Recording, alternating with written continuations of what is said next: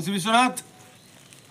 এই মুহূর্তে আপনাদের একটা গা ছমছম করা পরিবেশে নিয়ে এসেছি রায়পুর রাজবাড়ি, রায়পুর জমিদার বাড়ি। রায়পুর জমিদার বাড়িতে আপনাদের নিয়ে এসেছি এখনই। আমি সঙ্গে হিমু, আরও অনেকে আছে। পেছনে একটুখানি আমি দেখাতে বলবো আমার ক্যামেরা পার্সনকে। একদম পেছনে যে ঘরটা দেখা যাচ্ছে উপরে, ওই ঘরেই প্রায়শই রবীন্দ্রনাথ ঠাকুর আসতেন। এই বাড়িতে রবীন্দ্রনাথ ঠাকুরের আসা যাওয়া ছিল।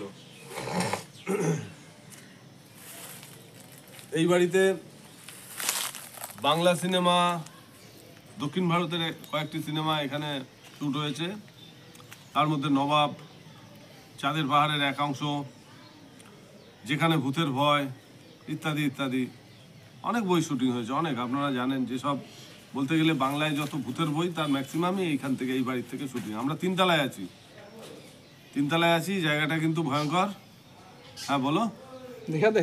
হ্যাঁ দেখিয়ে দাও, একটু দেখিয়ে দাও। খুব ভয়ঙ্কর, মানে পা আন্দাজে পা ফেললে নিচে ভরকে পড়তে হবে, অনেক অনেক নিচে।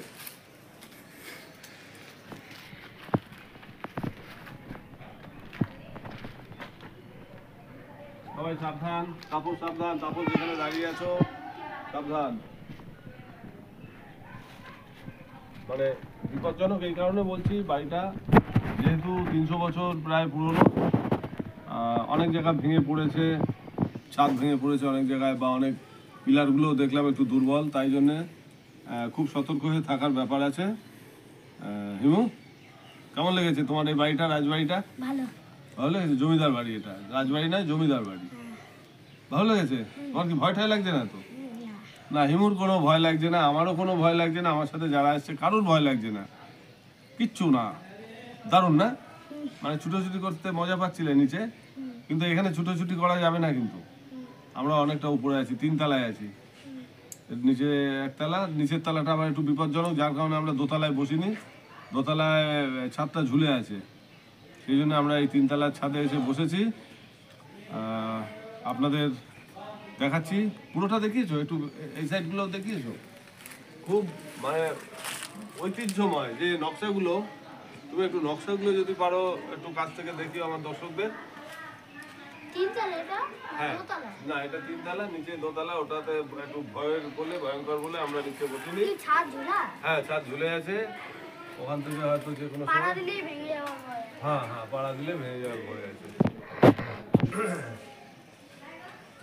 ওই কারণে আমরা নিচের তলায় বসিনি, দোতলায় আমরা বসিনি ওই কারণে, ঠিক আছে? এর নিচে একটা কুয়ো আছে, মাটিতে একদম কুয়ো আছে সেই। হ্যাঁ, না ঢাকা না, ওটা খোলা, কিন্তু ভরাট করে দিয়েছে। তো ওই কুয়ো নিয়ে অনেক গল্প আছে। কুয়োটা তো একসময় তো এখানে জমজমাট ছিল পরিবেশ, তাই না? কত লোক ছিল, কত জন ছিল, মানে একটা বিশাল একটা ব্যাপার। আজকে তো সেখানে কিচ্ছু নেই, রাতে আলোও জ্বলে না, সন্ধ্যায় প্রদীপও জ্বলে না, তাই না? কিন্তু একসময় এই বাড়িতে কত মানুষ থাকতো, হইচই আনন্দ হতো না? বাচ্চারা খেলা করে বেড়াতো, ছুটোছুটি করতো, তুমি যেরকম করে বেড়াও, তাই না?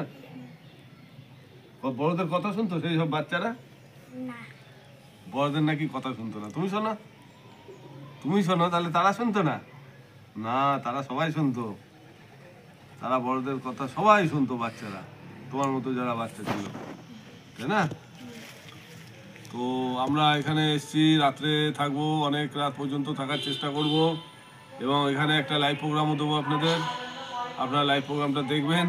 আর ওদিকে মাইক বাজছে, ঠিক আছে? মিউজিক যদি চলে কপিরাইট খাওয়ার ভয় আছে একটা। তো যাই হোক, এখন এইটুকুনি ফিরে দিই, পরে আবার কথা হবে। বাই করে দাও একটু দর্শকদের, বাই, সি ইউ অ্যাগেন করে দাও, একটা ফিলিং কিস দিয়ে দাও।